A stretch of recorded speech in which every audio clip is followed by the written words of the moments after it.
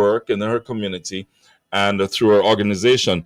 Favor, on the other hand, is very quiet, it seems.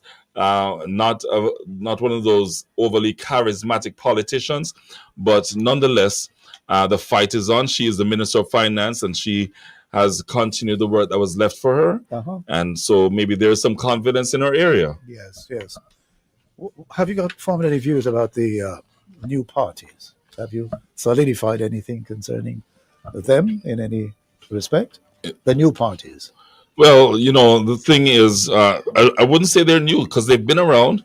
Well, relatively speaking, they don't go back to history as far well, as they were the they were dominant JLP and PNP. no, they don't. But they were here for the last election. Maybe they did not participate the way they did. I've met with them, at least with the JPP, and I know they are looking forward to the people who don't normally vote. Following the last election, where over 38% showed up, they're hoping that the next 62% will have some that will say, let us go out and make a difference. Yes. And that has been the emphasis placed on both parties, the other two big parties, also looking for those who have not voted in the past to step up to the plate and make a difference in this election. Okay, we'll see what the outcome is in due season. So let's go back down and take a look at the constituencies. I'm now with St. Thomas Eastern, Yvonne Rose Shaw for the PNP and Michelle Charles Jr., Michelle Charles for the JLP, Jovan Blair for the JPP, and Claudius Wong for the I. Well, that's an independent candidate. So a very interesting area. Dr. Michelle Charles has a lot on her hands. And she's hoping that the work she's done there, not just on her own, but of course, the work that has been done by her family over the years and the work done by herself will be sufficient to take her through this election. Yvonne Shaw hopes to be able to be one of those PNP candidates that can narrow the gap by defeating an incumbent JLP MP. Whereas Jovan Blair from the JPP sits there with hope that, as with the JPP, that they can make a difference by getting some of those who have not voted. The die-hard JLP and the die-hard PNP will show up. You'll see them in their oranges and their green. All I can say is I never saw much purple in Portmore today. That's the JPP. Okay. But we do hope that they can trouble the numbers. Okay. All right. Fair enough. Let's take a look now to St. Mary Western, where Robert Montague, a well-known gentleman there from the JLP, is facing off with Omar Woodbine of the PNP and Neil Chase of the UIC. Yes. The thing is that it is expected that Robert Montague will get a run for his money. A lot of pundits say that this may be the time that he gets booted. Once again, we've heard that before, yes. And Mr. Montague was able to stand strong. So let's see what happens. As for Mr. Woodbine from the PNP, once again, this is one of those seats that the PNP hopes to defeat an incumbent MP, and it's yet to be seen. They do have 147 boxes, so that means it's going to take some time to find out who the winner is. Quite a ways to go. But St. Mary has been in the news recently on political issues. What are your perspectives on what has given rise to that focus? Well, the thing is, the rural areas, including St. Mary, they're all looking for modernization. Yes. Sometimes I sit back and wonder how people stop to say they're going to vote based on what has not happened. Because it has not happened through all the elections since 1944. Yes. And that's how I see it. But at the end of the day, somehow the politicians continue to bring it up. So the incumbents are always at a loss with people looking for the things that have not been done. Hopefully, though, we will get to a position as we modernize Jamaica, whether with the incumbent party, the JLP, or with the possibly incoming PNP, that we will be able to continue the modernization of rural areas, the need for water, the need for electricity. I still can't believe at this stage that that's missing in some areas, but it is. Yes, that's the reality there. that needs to be addressed. All right, let's hop over to Trelawney Northern now, where we have Tovia Hamilton for the GLP and Wickham McNeil for the PNP. I met Wickham McNeil when we had Love TV. When I was a host on Love TV, probably about 13 years ago. Very interesting man. He was Minister of Tourism. Yes. Very charismatic, a very nice man. No doubt about it. It's going to be a challenge for Tova Hamilton to get past this man. He's one of those highly loved men.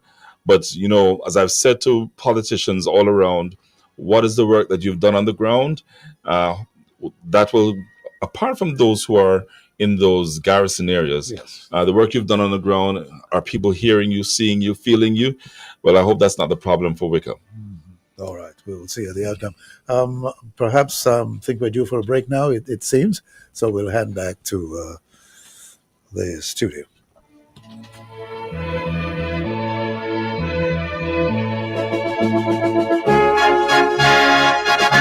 Jamaica Decides and Love 101 FM brings you comprehensive coverage of Election Day 2025. Join host Derval Graham and our expert panelists Bishop Harold Blair Jr. and Granville Knight as they provide insightful analysis and perspectives throughout the evening. We'll also have Kathia Davis and Nigel Wilkinson reporting live from the headquarters of the Electoral Office of Jamaica. Our broadcast begins at 5:30 p.m. and continues until a winner is declared. Stay informed, stay connected, and experience election night through the lens of Love 101 FM, the family station. Jamaica Decides and Love 101 FM brings you comprehensive coverage of Election Day 2025. Join host Derval Graham and our expert panelists Bishop Harold Blair Jr. and Granville Knight as they provide insightful analysis and perspectives throughout the evening. We'll also have Kathia Davis and Nigel Wilkinson reporting live from the headquarters of the Electoral Office of Jamaica. Our broadcast begins at 5:30 p.m. and continues until a winner is declared. Stay informed, stay connected, and experience election night through the lens of Love 101 FM, the family station.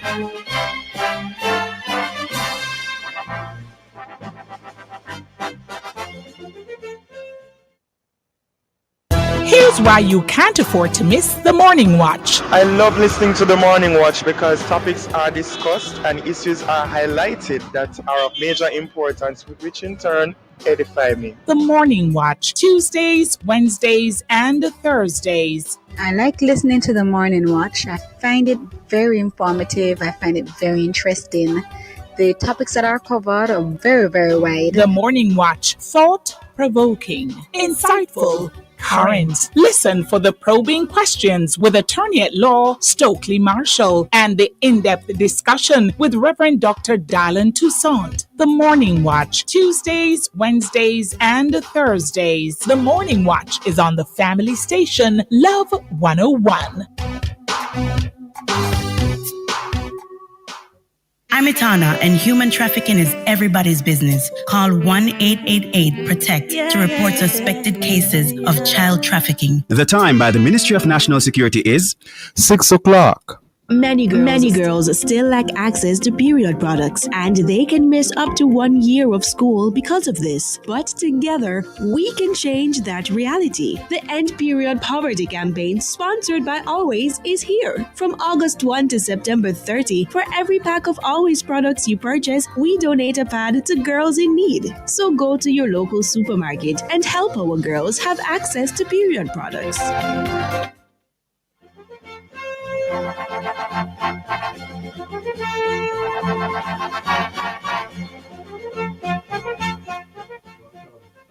Welcome to the continuation.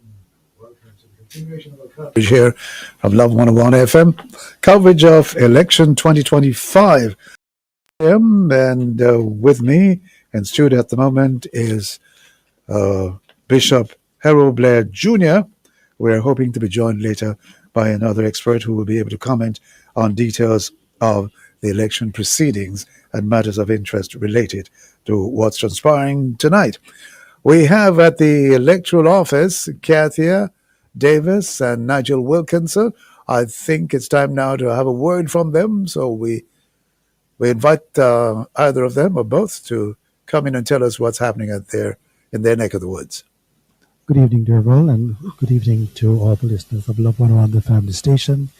Coming to you live from the Electoral Commission of Jamaica, Redlands Road here in Kingston, Jamaica. We do appreciate we have international listeners tuning in to hear what's happening with our elections. Well, I can tell you that here at this office, a number of media personnel are gathered, patiently awaiting for the results. And about 5 minutes ago, I'll tell you there are 4 large screens, 4 large screens, and over the period of the evening, rotating, giving results across the island. And we have also present media and observers from the Organization of American States present, and so we are being watched carefully. And so I can tell you at this point, already we have results coming in. I'll just give you an overview. 0.8%. Yes, it is early days. 0.8% of the votes have already been counted. That's 58 out of 7,294. And Kathia is going to be kind of up and down. We will be making sure that we give you the updates on as many of the seats as possible, as is reflected on the various boards. Kathia? All right, so we'll start with Kingston East and Port Royal. We're just at 3% right now of the boxes counted. 8 votes for the JLP. Actually 2%. Oh, it's actually 2%. Okay, you know what? I'm going to go closer so that I can actually see, because, I'm a little further away. But all right, so we'll go. Kingston East and Port Royal, we're at 2%. 8 votes for the JLP, 152 for the PNP. St. Andrew West Central, I think that's one of the constituencies that we are watching. It's now at 6%. The JLP has 379 votes. The PNP has 483 votes. St. Thomas Eastern, 4% so far. 166 for the JLP, 201 for the PNP, and a candidate and one of the other candidates has 4 votes currently. In Portland Western, that's 2%. The JLP has 37 votes so far. PNP has 75 votes. St. Anne Southern, or St. Anne Southeastern rather, 1% so far. The JLP has 9 votes. PNP has 44 votes. We come over Westmoreland Eastern at 6%, at JLP at 253 votes, PNP at 259 votes, with 10 votes going to another candidate. And then we're at St. Elizabeth Northwestern, 8%. JLP has 338 votes. The PNP has 142 votes, with 2 votes going to another candidate. Manchester Southern, 2%, 61 to the JLP, 126 to the PNP, 1 vote for another candidate. Manchester Central, which I think is another one of the seats that we're watching, it's 4% right now, 349 votes for the JLP, 279 for the PNP, 1% in Manchester Northwestern, 41 votes for the JLP, 76 votes for the PNP. Clarendon Western, 6% so far, 156 votes for the JLP, 461 votes for the PNP. Where Clarendon Central, 1%, 53 for the JLP, 34 for the PNP. St. Catherine Southern, 3% so far, 120 votes for the JLP, 180 votes for the PNP, 2 votes going to another candidate. And then St. Catherine North Central, 1% so far, JLP with 26 votes, PNP with 45 votes. And that's the update as it relates to how the votes are coming in so far, Nigel. Slowly but surely, and we have the results. I think that's a little more detailed for polling division St. Elizabeth Northwestern, polling division number 39. We have oh wow, not sure how to read that chart over there. Yeah, I'm gonna have to get a little closer to that chart. Yeah, you get closer because what is happening now is that they carry up different constituencies, right, and then they will show the different polling divisions in the constituencies and how the votes are coming in. So that's really what's going on. Wow. And then, of course, as Nigel said, we are at 0.8%. So we're barely anywhere. But that all constituencies map is also a guide. And they will go through each time to pull up, I guess, the seats that are also being watched generally. So we'll be able to keep you updated. And we will try to also keep you updated on the seats that we are watching on our own coverage. And just to let our listeners know, and I'm just telling you what the visual is showing. For the 0.8%, 58 boxes of the 7,294 boxes, the map looks a little orange. It is looking a little orange, but as very early days. 0.8%. So extremely early. Very early. So that's a snapshot? Yeah, that's a snapshot, as in everybody's patiently waiting. We know the EOJ, they had issues with their systems earlier. We are hoping that our own systems are able to work as we get the updates from the screens. And if not, then, I'll be making the many tricks to the screens this evening into tonight. Reports coming in at 3 o'clock. It was said it was about 30.14% voter turnout. There is talk of 48% coming to the 5 o'clock bells. Right. We are just waiting on the confirmation for that. Yes. So when the 30 out came out, persons like, what? But there were a lot of persons still waiting to go and vote. And a lot of persons left work at 1 o'clock and went to the polling station. We don't know how far they had to travel to get to where they were voting. Probably still in the line. That is correct, because even though the polling station closed, as someone who have worked in the elections, so even though the polling stations close at 5 o'clock, if you are on the compound of the, where the vote is happening, right, then you are still allowed to vote. Right. So it officially closes at 5, but if you are there on the compound or in the line, you will get to vote. So that's it for now. An overview. Derval and the team, take it away. Thank you very much, Nigel and Kathy. We'll keep in touch, of course, as you bring us up to date on the numbers. Bishop, you heard the numbers rolling in. It's very early days anyways, but have you got any comments? Well, some of those areas we expect what we hear so far, but nonetheless, it comes down to boxes again. Yes. One box can have 100 orange, and the next box can have, and the same box have 20 green. The next box can have 50. The reverse. Yeah, can be so different. Yes, but once again, I keep saying it's going to be interesting all the way. It's going to be a big battle between the two major parties.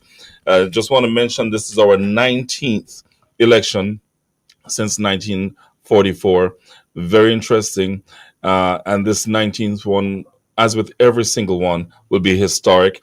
There are 63 constituencies.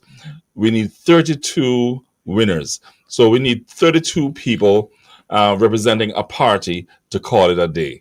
Once that happens and we get number 32 for either the incumbent JLP or for the PMP, we will be able to identify who perhaps the Prime Minister of Jamaica will be. And that is the big question tonight. Yes, that is the question that will become clear in the fullness of time. We should mention that, the talk has always been the 32 to 38%, maybe sometimes 40% of people who vote. Yes. And obviously, there have been questions over the years regarding the legitimacy of the votes, whether the people were alive or dead, and also the different factors that we've been seeing, because many people register, and amongst those of us who are political minded, the answer is not everybody who registers because they want to vote. Many of them want the ID. Yeah. So once they get the ID, that's it for them. They're not going to show up and say this party or that party, and that's why we languish in the 30-odd%, because in 1989 only 45% of people of Jamaicans were registered, and it's been on average about the same. Yes. So we can't really ever look for 50, 60, 70% anymore, because I think there was a year when the numbers were up there in the 60, 70, you know? Yes. But for some reason, people don't want to exercise the franchise, is what people say, to vote. It is something that gives you the opportunity to push your MP into the House and their party into the Parliament as the leaders of Jamaica. That saying, it is that occasion of your vote that helps to determine, well, will we get 300%? What did they say in terms of how they're going to give away taxes this year? If you're earning under 3 million, you're free, or 1.5, 2 million, etc. It is your vote that determines where we go from here and how things develop for Jamaica. Exactly. I know we're not peculiar in the sense that voter turnout, it tends to be low. It seems to be happening in different parts of the world. But in our case, have you been able to put your finger on some of the reasons as to why it is happening in Jamaica? Well, I personally drove around and spoke to several people this week, and several of them just said, they have no clue what is happening. They don't understand some of the things that are happening. They don't understand some of the lingo, the talk. And I even asked them in regards to the issues that the Prime Minister faces, where he's allegedly earned money that the IC is talking about, and they said they don't know anything about it and they don't care about it. So there's a lot happening out there where people just want to make sure they can pay their bills, buy their bread and their chicken, and those are important things for many people. Obviously, with the fact that so many young people are amongst our population and they're wanting to get housing. Here in the PNP talk about having 60,000 houses, or the JLP talking about that is a very big deal for individuals. Hearing the JLP talking about increasing the minimum wage is a big deal on both sides, because some people say, well, I'm glad I'm going to get more money, and some middle class people say I'm going to have to spend more money. So there are some very, very big issues. At 11 o'clock today, there were 15% of the voters who turned out. Only 15% at 11 o'clock. And by 3 p.m., there was 30%. So I'll get an update in just a few minutes. Okay, very good then. All right, while we're waiting for the next update, yes, we're ready now for another. So let's hand over now to Nigel and Kathia.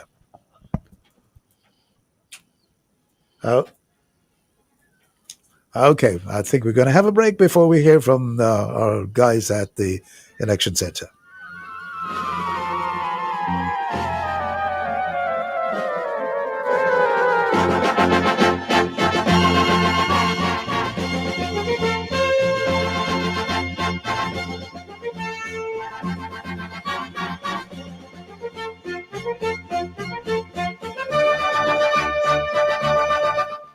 Remix the summer with Digicel.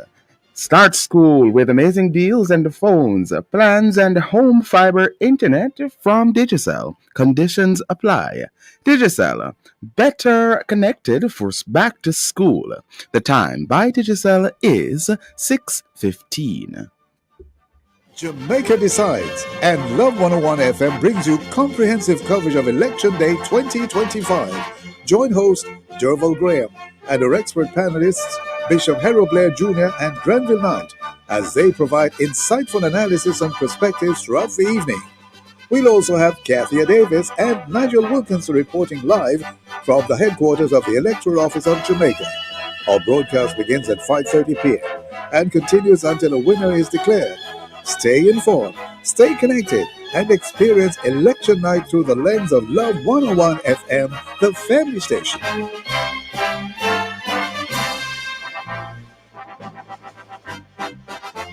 Every Thursday morning, Love 101 shares with you power-packed messages, words of encouragement, and testimonies of God's miraculous power. You get all of that in the Don't Give Up broadcast, brought to you by Celebration Church at the Portmore Skating Rink in the Portmore Mall with Pastor Prophet Michael Carter. Be sure to stay tuned to Love 101 for the Don't Give Up broadcast. Get the word you need to start your day right. The Don't Give Up broadcast, Thursdays at 5:15 a.m. on the family station, Love 101. It's time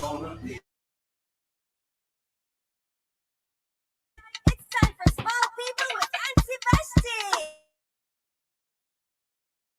small people crew. It's me, Auntie Vashti, and there's so much about Jamaica. I can't wait to share it with you. Join me this Thursday at 4:30 p.m. on the Small People Show, where little voices make big sounds. This and every Thursday on Jamaica Up Close, it's all about our treasured island, Jamaica. From fun facts to hidden gems and all the things that make us truly special. Don't miss out. Tune in this and every Thursday on Jamaica Up Close at 4:30 p.m. with me, Auntie Vashti, only on the family station. Love 101.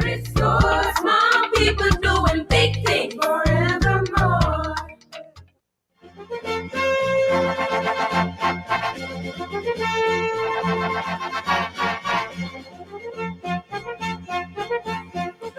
Welcome to the continuation of our coverage of election 2025 here at Love 101 FM. And we have in studio Bishop Blair Jr. We're expecting Granville Knight to join us remotely because there's been some issues in terms of him getting here for a physical interface. But we will hear from him in due course for his perspective on what's going on and what else he could tell us about the actual happenings in his neck of the woods. Bishop, we were talking before we went off on the break, but we'll come back to that in a moment. I think Kathia and Nigel are ready to bring up some more numbers. So over to you, Nigel and Kathia.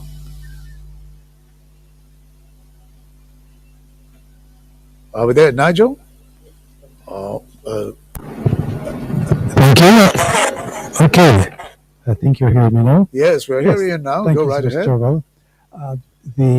This is how it is at this hour of the evening. The results are slowly coming in. We can report it has moved from 0.8% to 1.1%, 83 of 7,294 boxes completed. And so we still have quite a way to go. The main results dashboard has not been updated, although the results for our constituencies, that board has been updated. And so we don't really have any new information to share in terms of the progress for the various constituencies.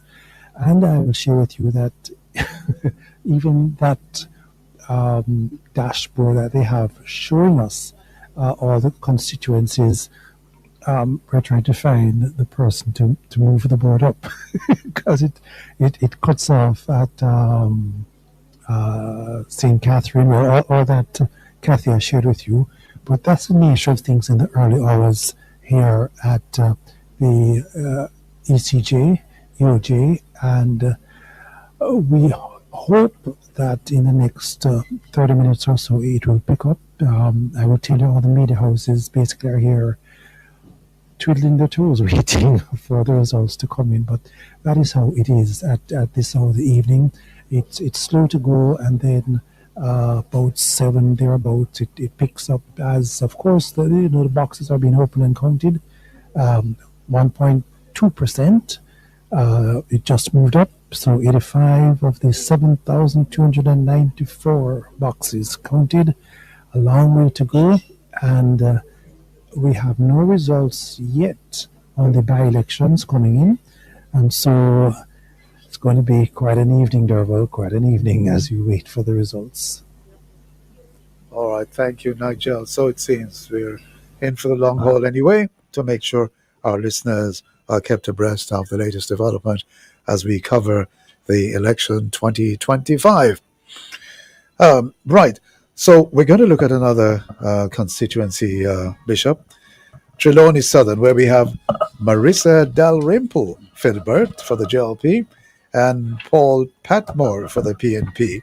He was a former independent councillor in the municipality, and he joined the PNP. He's joined the PNP now. So we have Marissa Dalrymple Filbert, who's no newcomer. No, the former Speaker of the House. Yes. A very well entrenched political animal, I would say. And in 2005, I ran in the Cayman elections with the Speaker of the House at the time, and I found that person, the Honorable Linford Pearson, to be so knowledgeable. You talk about knowledgeable, here you go with Marissa Dalrymple Philibert, because she knows what this is all about.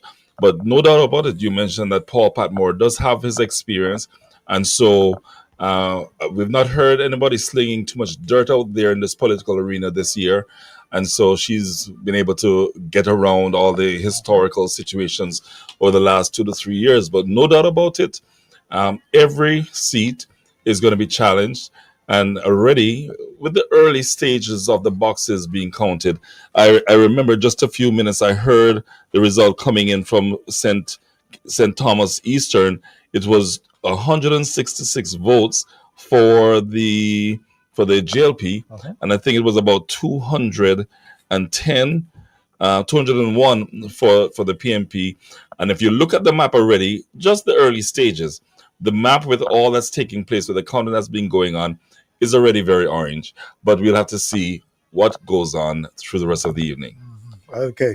Early days yet. Is this in keeping with any kind of notions or predictions that you may have had? You think that this is the way it would turn out at this stage? At this stage, it really doesn't say doesn't much. matter. And, remember, I did mention earlier that we're looking at 7,294 polling stations. And if you look at 7,294 polling stations, with some stations having 100 boxes or some areas having 100 boxes, for instance, in the area where Marissa is, there are 90 boxes. Yes. Right. So we've got to watch these as they get counted and make a determination, maybe when we get halfway in each area. Yes. Very well. Good.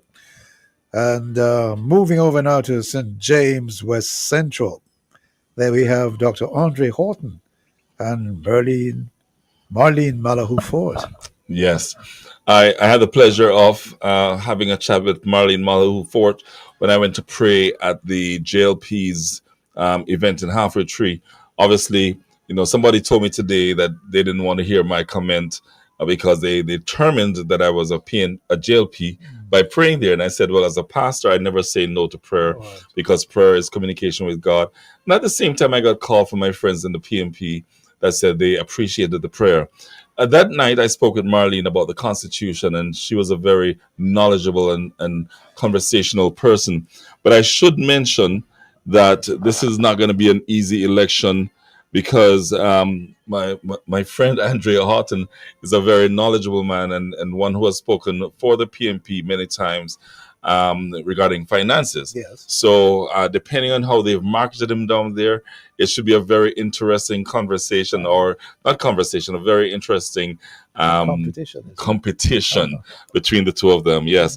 Of course, Clifford Barnett is running as an independent, and there are 106 boxes, but as I've said all night long, I'm really, really hoping that an independent breaks the ice, or an independent or JPP person breaks the ice and gives us a seat that is not a PMP or a JLP. Yes. You have any recollections of that having happened? No, I don't. I was just looking at the history of elections in Jamaica, and I'll be able to go back to that in a second because in 1944, the first election, those elections between 1944 and 61 happened before we became independent. And then I looked at the election in 1962, which took place in April, right before the independence. So we had 1, 2, 3, 4, 5, 6, 7 elections before independence. But I'm actually looking through this now to see if there were any independents. I've not seen any, but wow, this could be the first. I don't know. Maybe some of you who are not voting, have voted in the past, will step up to the plate this year and make a difference, and let us see Jamaica shining bright with others who do care for Jamaica outside of the political system, making a difference. Okay, very good. Well, we'll take a look now at Westmont and Eastern.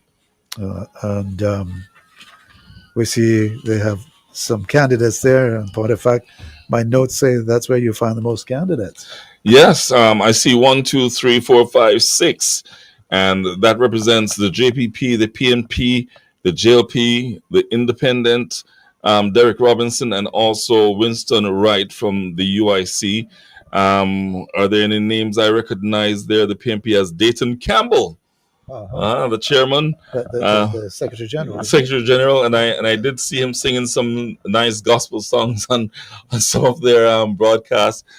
Somebody said to me that song sounds like a New Testament church song. I don't know if he's associated, but no doubt about it. The JLP has Daniel Lawrence, and it should be rather interesting because this is not Dayton's original warring ground. So I guess he's been moved. He lost the last time around, and they're hoping this time to see him step into the Palace of Parliament. Okay, good. In terms of historical allegiances, where has this constituency been through the years? If you can offer a comment on that. No, I can't really. I do know though that it is a big one that has 123 boxes. Yes. I do expect that if Westmoreland Eastern is going to go to the PNP as is expected, that it should happen early because they'd have done quite a bit of work down there, especially to protect their big mandate. Okay, good. All right. So we'll see as the numbers coming that we're going to take a time check now. A break right now. We hand back to studio.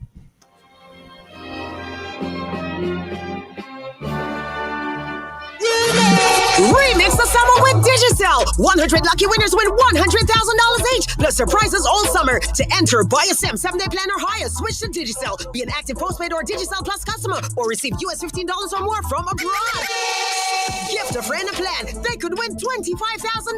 Remix the summer with Digicel. Authorized under Section 58 of the Betting, Gaming and Lotteries Act. Promo ends September 15, 2025. Conditions apply. Visit DigicelJamaica.com for more info. Digicel, better connected this summer. Get ready for another melodic time inside Love in the Morning. Listen throughout the show for tips on how to become the best version of who you are in the future becoming you. Grab your cup of coffee and start the day right with the Morning Coffee Pick Me Up devotional at 6 a.m. At 8 a.m., it's Forward in Faith from the Portmore New Testament Church of God. At 8:40 a.m., we take things up a notch inside How Would You React with scenarios and situations that make you stop and wonder, what more would I do?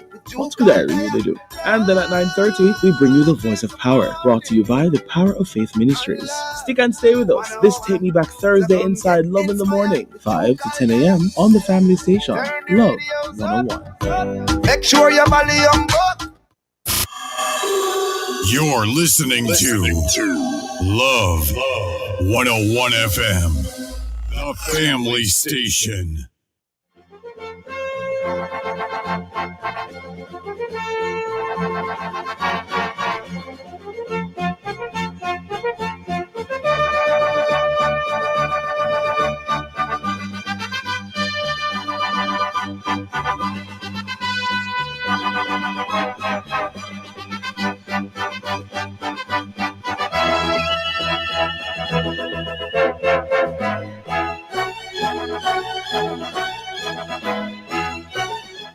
Now is 6:30 p.m. here in Jamaica. It's election 2025. This is Love 101 FM's coverage of the event. Thank you so much for tuning in. Please stay connected.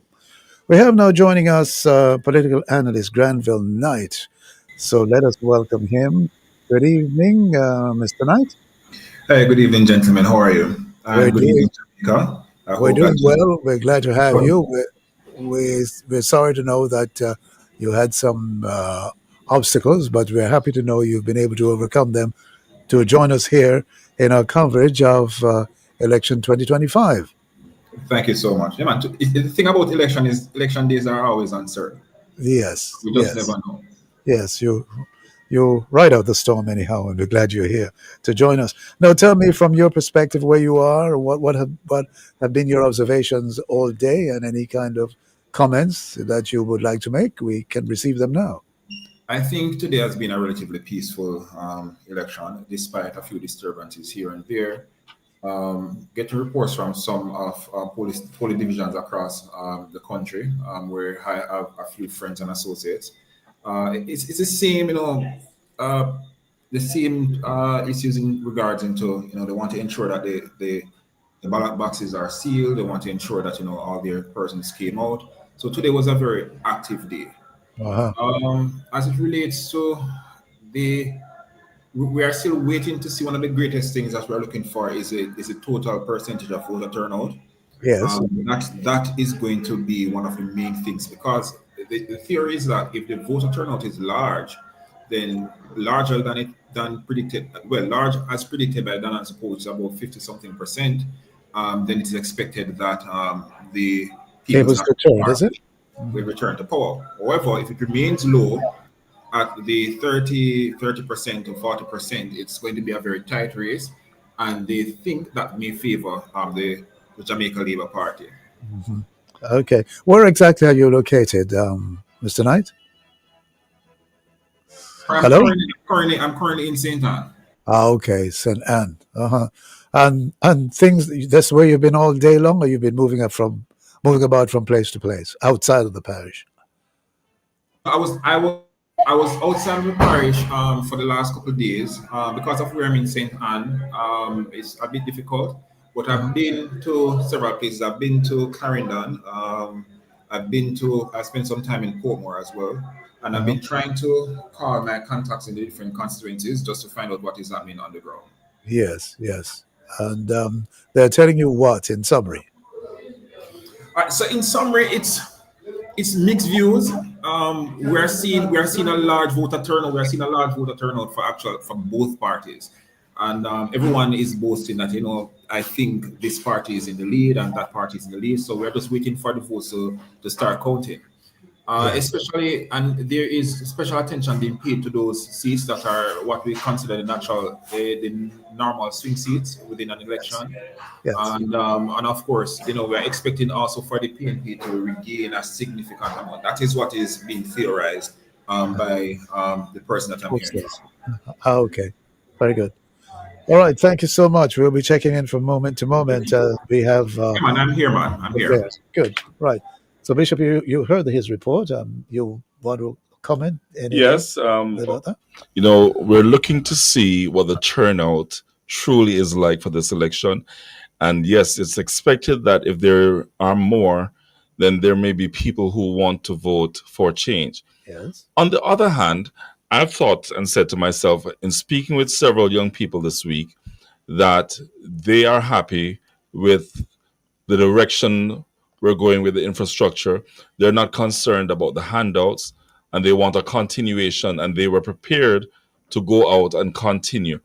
They said that they were not normal voters. So once again, it's really up in the air, because though pollsters normally speak to about 1,000 people, I took the time to speak on the road, just candidly, with about 25 to 30 young people, and they were just sharing their heart and their mind. Some were saying that they wouldn't vote, but then those who spoke said, if I was to vote, this is why I would vote. Uh-huh. It led me to feel that one of the things that I learned while running in the Cayman Islands was that you do have to canvass the voters, get them out, get people to go around and get them to register. I did not see much of that this year. I'm rather surprised for both parties. The task of going out and getting people to sign up, go and get registered and be prepared to vote did not seem as a priority for some people. And that's just so important if you want to get ahead, because Absolutely. every single vote It's counts. the vote that counts. Yes. Yes. Uh-huh. Good. All right. Do you think our political leaders are cued in on the critical needs? Well, I think they are, because they have advisors. They pay for advisors also, and they spend time listening to their youth organizations. But at times, as I've said to some of them, the way you communicate with the people has to be in the language that they understand. Yes. So in the case of the governing JLP, I would have said to them at times, that you've got to make people know what it means to be able to put up all these buildings, do all these houses, get all these funds in. to help communities, but not necessarily individuals. Yes. To rebuild schools and do all the things. I heard somebody say today that they were able to get to Portland in less than an hour compared to years ago where it took over 2 hours. So there's been infrastructure placed in by the JLP, but elderly people are saying to me now, well, what about the younger people or the poorer people? And of course, that is where the parties need to be able to move and get their votes. The sad thing about that sometimes is when you start moving towards the so-called poor people, then you start creating compromises and promises that you'll never be able to accomplish. Right. All right. So we go back to our list of constituencies and see what comments we can garner here. And now that we have Granville Knight on the line, feel free, Mr. Knight, to jump in at any time that you figure you might want to. No problem, man. No problem. I'm here. I'm just listening.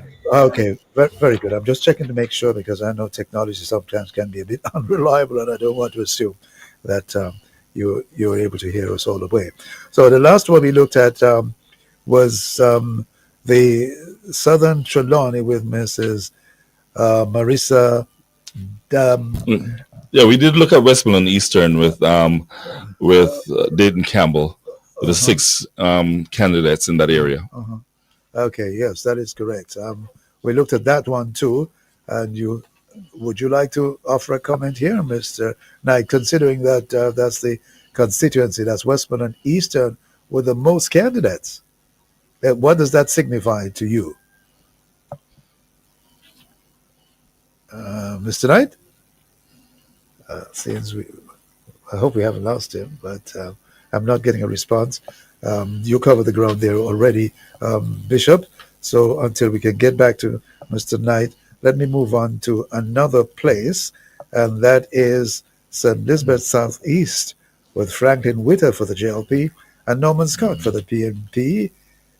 And he is the mayor over there in, is he? No, in St. Catherine. Yes, he is in Spanish Town. Yes, that's the same Norman Scott.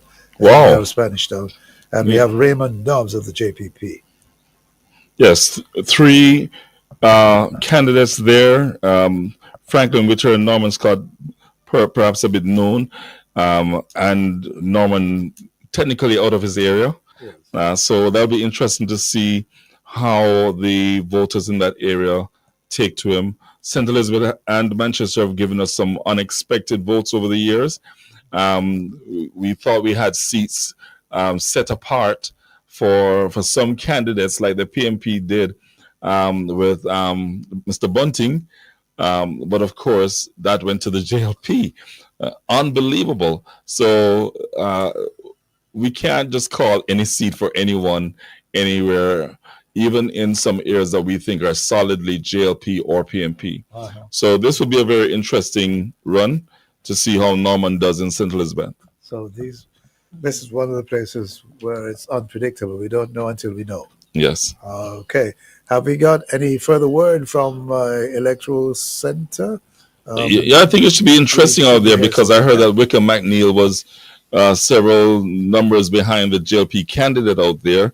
But once again, this is early in the race. Okay. So let's hand over to Nigel and Kathia. Yes, well, we're not quite ready yet. All right, so we're okay. Yes, here he is now, Nigel. What can you tell us from the count center? Well, from the count center, from the results dashboard, it has not moved much. Actually, I think some things were just added. Kathia, well, while Kathy is going over to the results dashboard for all constituencies, it says so, but it's not actually showing us all. A few are missing because someone needs to slide that screen up. But while we're doing that, Kathy's going over there. 1.3% of boxes have been counted. That's a total of 94 out of the 7,294. Kathia? All right. So based on the dashboard now, the PNP is leading in 13 seats and the JLP in 10. We're at 1.5 3% of the boxes counted. I think there are some constituencies that have been added, but it's still nothing much. I mean, the most we have is in St. Elizabeth Northwestern, where we have 8% actually. Clarendon Northwestern, we're now at 20% of the votes. The JLP has 931 votes. The PNP has 1,499 votes, and there are 3 votes going to one of the other candidates. Yeah, that's pretty much it.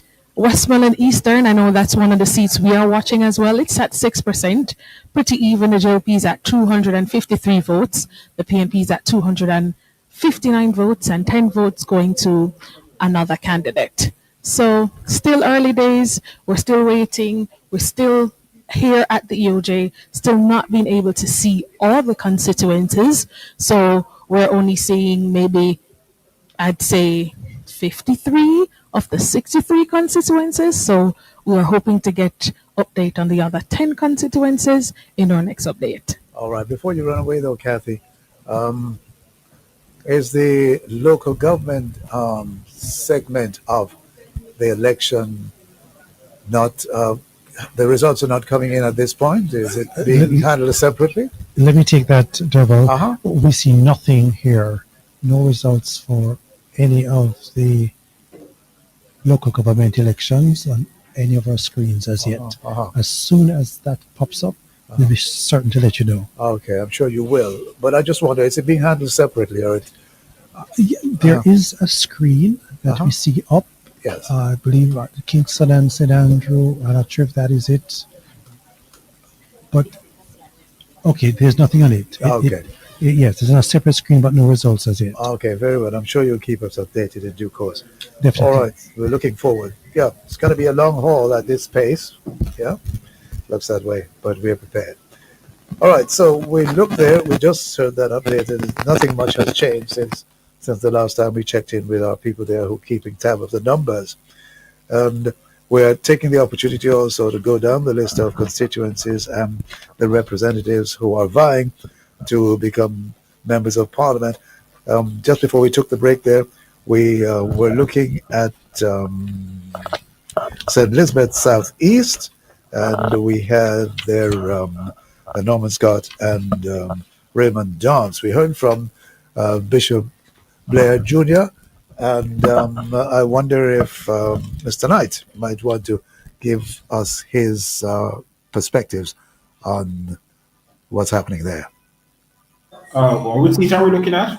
We're looking at St. Elizabeth Southeast with Franklin Witter for the JLP and Norman Scott for the PNP, and there's also Raymond Dobbs for the JPP. I tell you something, there was a little bit of issue with that there today in that report in the media. Everyone says it was a matter of politicking. But that's one to watch. Unfortunately, I'm not seeing the results. Where are you getting your results from?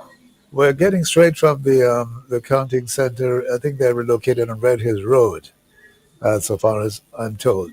And have you got something that you want to share with us in that regard? Not much, because I'm still trying to get the full figures on my side. Okay, well, we have somebody down there who's keeping tabs, so don't stretch yourself. We rely on them, but certainly if you can access the information, there's no harm done with that either. But what can you say about these candidates in St. Elizabeth Southeast, so far as you know, and you've gathered from the streets or wherever you get your insights? Well, I think Norman Scott is, of course, expected to be the stronger candidate there, and so it's likely that this may go in favor of the People's National Party. But as I said, it's still early days yet. This election has been quite something. There has been a lot of movements on the ground, so there as right throughout. My people in St. Elizabeth are telling me that the voters came out that side, and it's for me it is still a little bit too close to tell you exactly what I think will happen here tonight. All right. Okay, thank you so much. We're going to take a break now. Back to the studio.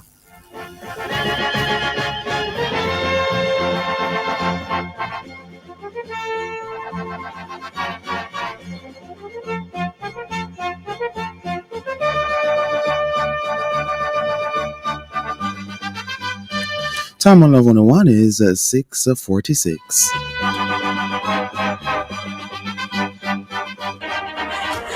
Jamaica and its workforce are advancing quickly.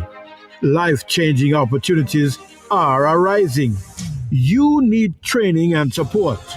We are the Renewed Heart NSTA Trust, committed to providing new and emerging skills training and opportunities. Come to Heart. We'll help you claim your place in the workforce of the future.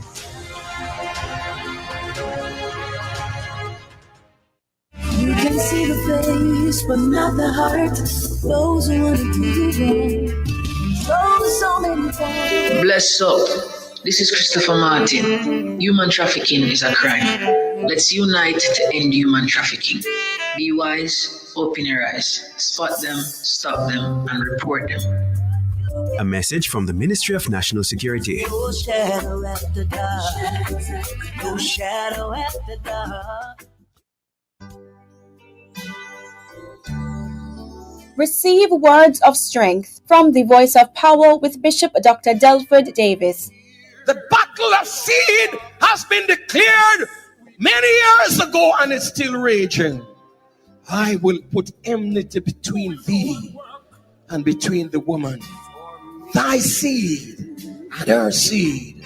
A war will be on perpetually until Jesus returns. But I know who has already won the war. I know who has already won the war.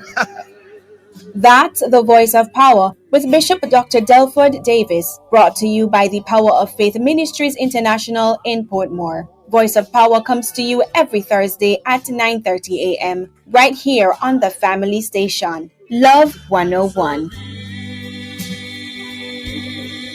Speak, my Lord. Speak, my Lord. Speak, and I will answer, Lord, send me.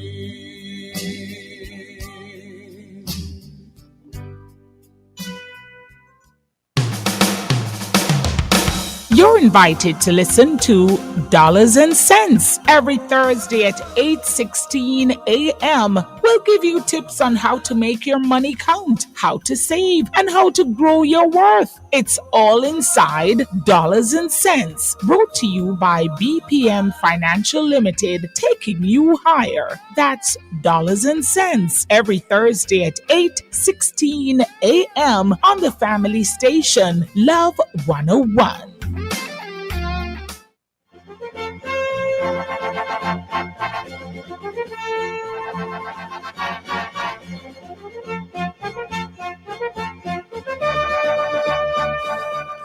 Welcome to the continuation of our coverage of election 2025 here at Love 101 FM.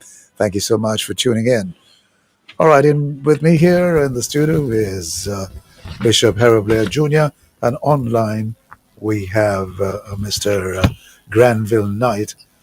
All right, Bishop, I think you've got some important information here to share. Well, we've been speaking about St. Elizabeth Southeastern, and I've been trying to follow up on from the elections office, and there are no votes there as yet. So though we've been speaking about it, I can mention though that there are 33,000 eligible voters, 33,109. And it's important to note, as I've always said, if you're a political follower like I am, that, you know, on any given day, anyone can win if they're able to get the voters out. Because from this 33,109, let's look at what happened in the last election for St. Elizabeth Southeastern. There were 9,000 votes, 9,038 votes for the JLP, 6,336 for the PMP. That's a total of 15,592 votes. And I should mention that is just about average for most states, most areas. So out of the 30,000, half of those eligible voters voted. For me personally, looking at this, that would mean that if somebody got 10,000 of the votes that were not cast, they would have been elected. And it really says something about Jamaican politics.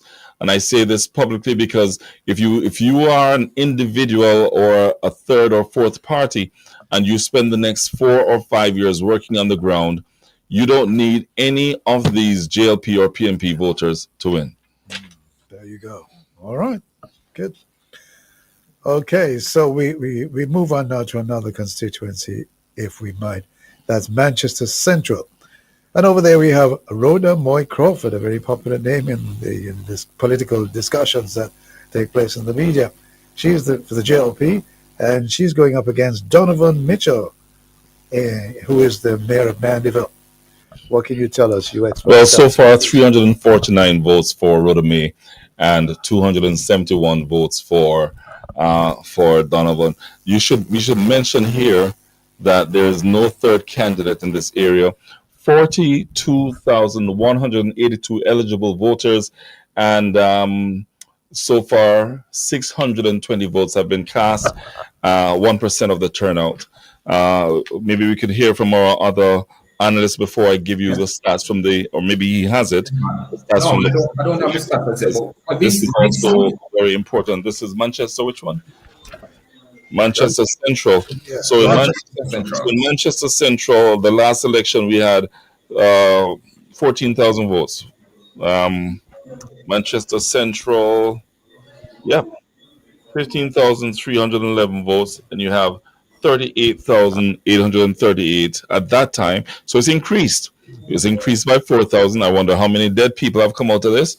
But it's been increased, and we still only have, from the last election, 15,000. So once again, this is another area that if people are able to do the groundwork, you can see the pattern, Jamaicans. Many electors are not showing up to vote. One day, touch their hearts, speak to their minds, and something can happen across Jamaica. Okay. What percentage of votes have been counted there? Do you have that? Yes, 1% of the votes in that area. Okay. Still early time. Yeah. You were soliciting a comment from Mr. Knight on Yes, this. man. I'm saying that this is one of the seats to watch, because remember this was originally what we considered PNP seat until Rhoda took and won that seat last year. If memory serves me correct, I think Bunting was in this seat, if I'm correct, yes.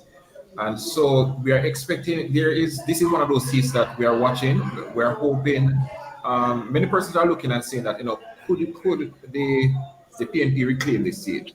But of course, one thing we have been noting on the ground is that people have been saying that Rhoda has been performing, but with coming out of the general out of the local elections, yes, we see some disruption. As I said, the voting early out, we can't quite tell as yet, but as soon as we reach that 50% mark of the votes being counted, I think we'll be able to probably determine that this seat is going to one candidate over the other. But Rhoda is possibly one of the strongest candidates on side of JLP. So we expect it to be a close one as well. Yeah, I should mention that the young voters that I've met in the JLP, I met some of these young ladies at a birthday party for a friend of mine, and I was amazed at their energy and them talking about doing their work on the ground. Politics, having run in an international election somewhere else, I learned that the church knows so little about working hard. These guys, they know the individuals who live where, what they do, and how to reach them. And somehow these young politicians on both sides, they take the time to get into their constituencies and work the ground. And that is what's special about politics. Not what happens in Parliament, how they influence and impact the people on the ground. Okay, good. Is it the case then, am I sensing correct, that people nowadays are more concerned about issues than political alliances? Is that a proper sense of what you're describing? I'd like to find the numbers to see the numbers regarding political alliances. Driving here, I passed communities that were all orange. For instance, Waltham Park, where Peter Phillips once was. Then I passed other areas that were all green. And people have been texting me all day and telling me why they're going this way, why they're going that way. But I find that as Jamaica becomes more educated, as we get beyond the numbers of those who can't read and write, and perhaps we will find that people start look at the younger people. The younger people are looking at the issues of housing. They're looking at the issues of the future. One person said to me, I want a Jamaica where my grandchildren, they don't have children yet, where my grandchildren can live and be free and not have to worry about the trillions of debt. And that is a very important case. Right. Mr. Knight, you have any comment along the lines of the point I raised just now? All right, so there is still a level of, I'm voting for this party. This is the party I've been in, the party of my family. But I tell you something, this has been my most involved election over the years. And what I see in terms of the whole political process, the whole political machinery, the average Jamaican would not understand it. It's a machine that is unlike no other. My dear brother stated that, in terms of the involvement of young people, and if I say this, I can say this clearly, if we campaign for Christ, like how politicians campaign for votes, it is a most miraculous thing. For example, let me just give a little inside information. When candidates are running, they are assigned, and I use a biblical reference of who was it? Moses. If we remember when Moses had the responsibility of leading the children of Israel, and his father Jethro came to him and said,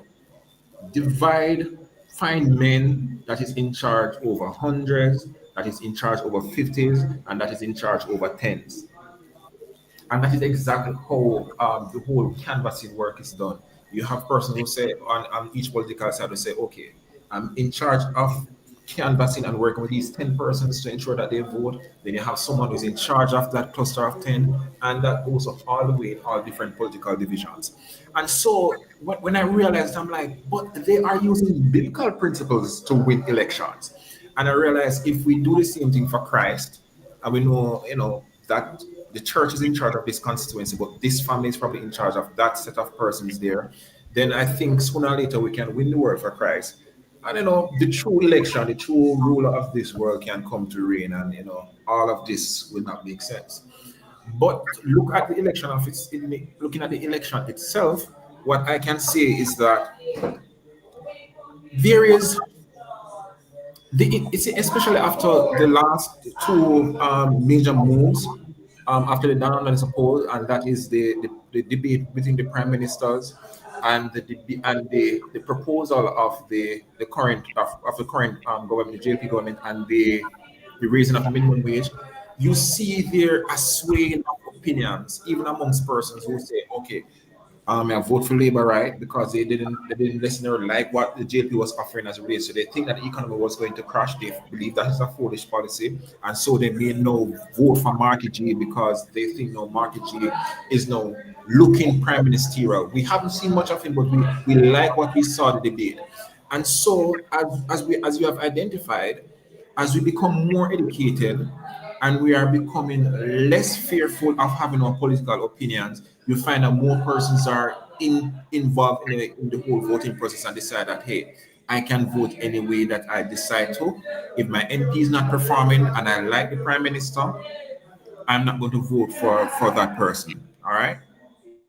Okay, thank you so much for your comment. I think we are due now to hear from Kathia Davis, down by the election center. Kathy, are you there? Actually, it's Nigel that is here. Nigel. We have the Director of Elections here doing a general interview.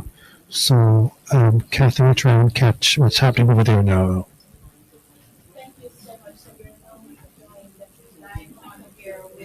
Okay, we're trying to get in to see what we can get. He's just doing a general interview, not specific interviews. So The thing is, though, Nigel, we're not able to hear what's taking place there. Is there a way you might be able to improve on that? It's going to be difficult because one of the media houses have kind of captured him, and as you can understand, some media houses don't like when you step in. Yeah, it's live on camera, and you can understand the challenge. We can't step in with a microphone. Right. And you're not able to hear. Kathy will probably get the answers, the responses to what's happening. Then we'll come and share that with you. It's kind of unfortunate. We were told that he's coming in 2 minutes interview, general with everyone. And so a little disappointing, but it is what it is. I can report in the meantime that not much has happened. The progress board hasn't shifted. Still reflecting 1.3% of boxes counted. And so things are moving pretty slow here. And so I tell you what, take it back, and as soon as Catherine can come. Yes? Before you go to Nigel, I guess then the color scheme is pretty much the same, is it? Yes. Okay. All right. Thank you so much. Okay, folks. We'll link again soon. All right. So it's moving slowly, Bishop and Mr. Knight. I don't know what accounts for this. I was expecting a much speedier process at this stage. That leads us to the question as to where are we with the development of our electoral system, and hopefully he'll be able to answer that. Are we looking at well, we know the ballot, so it's something pushed into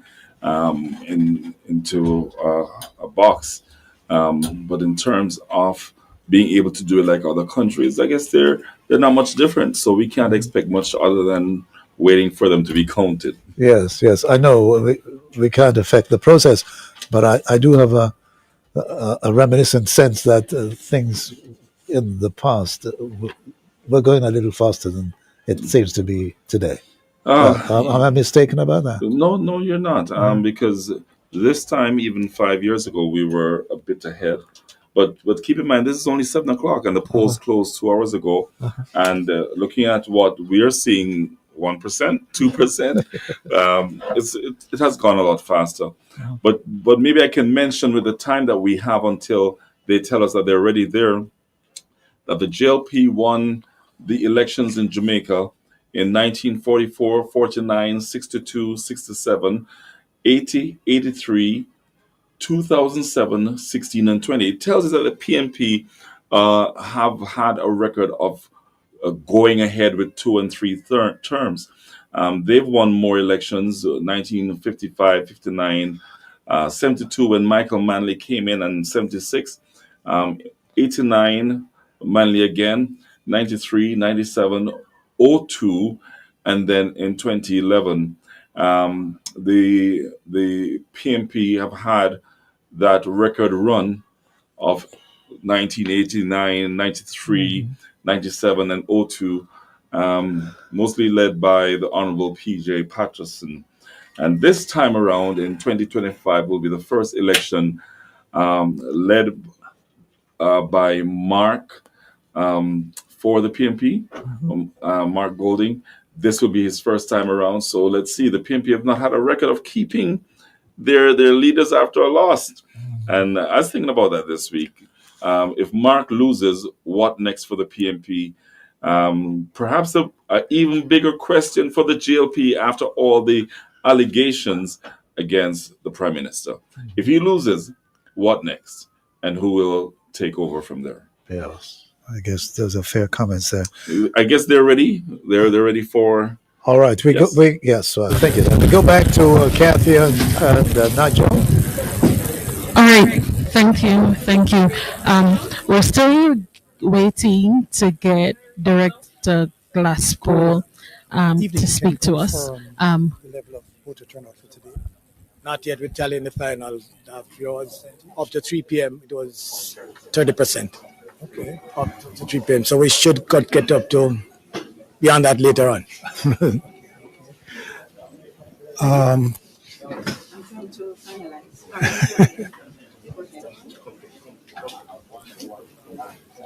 So that was the director of elections. And he's telling that up to 3 o'clock there's about 30%. So he's Director Glasswell is on the move. But just to summarize a little bit of what he was saying earlier, he was still given the same information up to 3 p.m. It was at 30%. However, he said after the polls had closed, we had 20% of the polling stations still open to facilitate those who would have been in the line after 5 o'clock. In terms of right, in some areas, yes, that's right. Yes. And then also he spoke about the EMS, the electronic service, and he was saying, they kind of found a way around it. Yes. And hoping that everybody would have been able to cast their votes, even though there were issues with that system. He was quite pleased with, I think, a 97% of polls opening on time. Yeah. Yes, which he was quite happy for that. Generally, he seems to have, he seems comfortable so far, apparently, with all that has happened for today. Right. He was being asked about the use of the lamp. Right. The integrity lamp, I guess. Greater use of the lamp this time around. Yes. And he's just spoke to the process in terms of, the presiding officers doing their due diligence to ensure that you have nothing on your hand or anything. So it's not a greater use. They're just following the rule book. So right. It was difficult to time down to. Oh, there are some results coming out we can share. Portland Western. The results so far, Michael,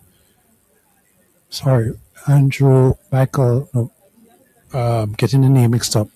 Michael Aiken, no votes. Campbell Forbes, 103 votes.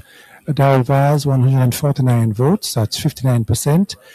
St. Thomas Eastern, we have Jovian Blair, 2 votes.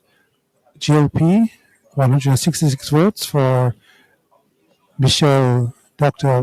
Michelle Charles, and 201 votes for Rosemary Shaw, and 2 votes for Claudius Wong. We head over to Trelawney North. We have Kenneth McNeil, 51 votes, and Tova Hamilton, 128 votes for the GLP. St. James Southern, PNP, Lakeisha Burchell, 243 votes. Leon Cunningham, 1 vote.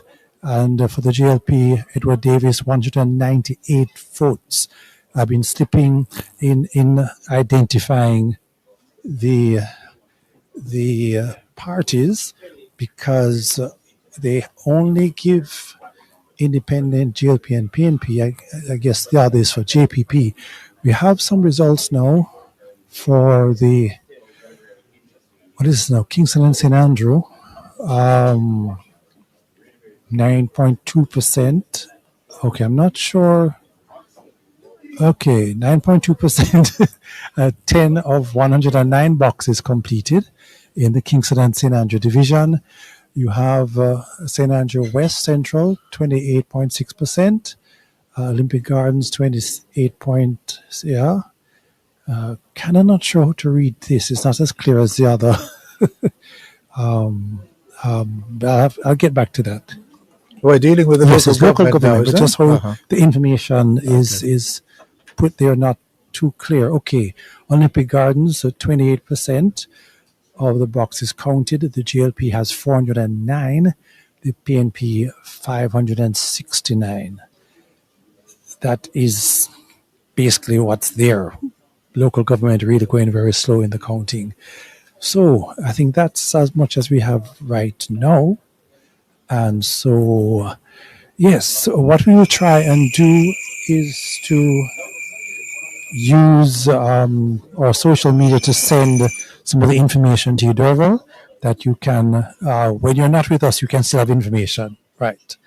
All right. Thank you so much, Nigel. We'll link again in due course. We're going to take a break now. We'll be back in just a moment. Please stay tuned. This is Love 101 FM Election 2025.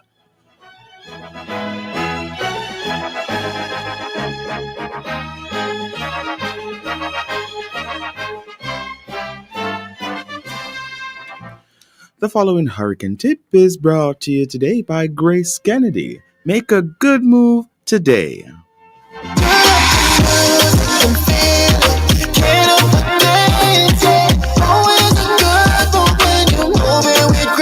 We've seen a lot of our customers make some good moves over the years. Whether it's sharing a hug with a friend you haven't seen in a long time or sharing a meal, Grace has been there. So let's keep making these moments together, because rest assured, every time you choose Grace, you know you're making a good move.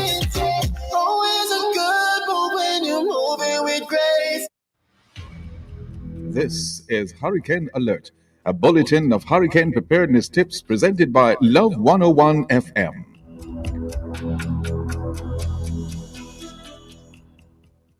When there's a hurricane warning, remove all pictures, paintings, clocks, and other hanging objects from the wall, wrap in plastic, and store in a safe place. Pack supplies to take to a shelter or supplies you would need to stay at home. Listen for official warnings and advice on the radio. Discuss calmly with your family, particularly young children, the implications of a hurricane hitting the island.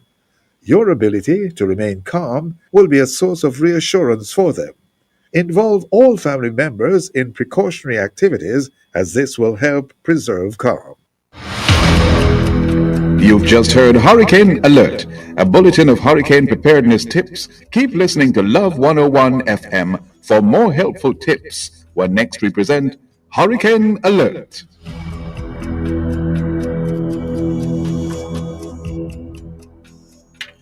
The preceding hurricane tip was brought to you today by Grace Kennedy. Make a good move today. Wake up with the Word Box on Love FM, your morning boost from the Word of God. Brought to you by Word Intercession and Worship Center, the church where love abounds. Located at 7 Nelson Street, Maypen, Clarendon. We're on every Thursday morning at 5:45 with real encouragement and truth to start your day right. The Word Box. Fresh word every Thursday morning, only on Love FM. Word in our hearts and the praise in our mouth. We are ready. Get ready to take a trip down memory lane this Throwback Thursday inside Alive 1 to 5 with yours truly, Sarah and the Chirpy One. Tune in at 1:45 for a whirlwind of wordplay with Mental Size. Prayer Warriors Unite! Fuel your faith and ignite your spirit at 2 p.m. with Prayer Blast. At 2:15 inside Piece of the Past, we look at something from the past. At 3 p.m., take a musical trip back in time with our Throwback Thursday playlist. At 4:30, stick and stay for more fun coming your way as Auntie Vashti wraps things up with the Small People Show. All this and more will come alive this Throwback Thursday with me, Sarah and the Chirpy One on the family station, Love 101. Come on now, move. You're alive. Everybody move.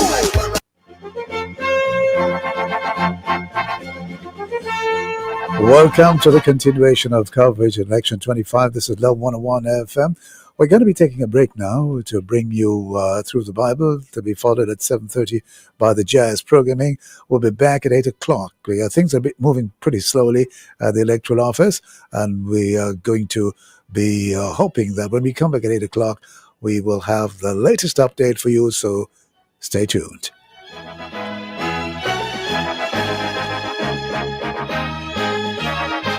Through the Bible with Love was brought to you by the Open Bible Standard Churches of Jamaica, and this organization encourages us to read our Bibles each and every day. Our reading at this time comes to us from Isaiah 41 and Mark 13. Be silent before me, you islands. Let the nations renew their strength. Let them come forward and speak. Let us meet together at the place of judgment. Who has stirred up one from the east, calling him in righteousness to his service? He hands nations over to him and subdues kings before him. He turns them to dust with his sword, to wind-blown chaff with his bow. He pursues them and moves on unscathed by a path his feet have not traveled before. Who has done this and carried it through, calling forth the generations from the beginning? I, the Lord, with the first of them and with the last, I am He. The islands have seen it and fear. The ends of the earth tremble. They approach and come forward. They help each other and say to their companions, "Be strong." The metal worker encourages the goldsmith, and the one who smooths with the hammer spurs on the one who strikes the anvil. One says of the welding, "It is good." The other nails down the idol so it will not topple. But you, Israel, my servant Jacob, whom I have chosen, you, descendants of Abraham, my friend, I took you from the ends of the earth, from its farthest corners. I called you. I said, "You are my servant." I have chosen you and have not rejected you. So do not fear, for I am with you. Do not be dismayed, for I am your God. I will strengthen you and help you. I will uphold you with my righteous right hand. All who rage against you will surely be ashamed and disgraced. Those who oppose you will be as nothing and perish. Though you search for your enemies, you will not find them. Those who wage war against you will be as nothing at all. For I am the Lord your God, who takes hold of your right hand and says to you, "Do not fear. I will help you. Do not be afraid, you worm, Jacob, and little Israel. Do not fear, for I myself will help you," declares the Lord, your Redeemer, the Holy One of Israel. See, I will make you into a threshing sledge, new and sharp, with many teeth. You will thresh the mountains and crush them, and reduce the hills to chaff. You will winnow them, the wind will pick them up, and a gale will blow them away. But you will rejoice in the Lord, and glory in the Holy One of Israel. The poor and needy search for water, but there is none. Their tongues are parched with thirst, but I, the Lord, will answer them. I, the God of Israel, will not forsake them. I will make rivers flow on barren heights and springs within the valleys. I will turn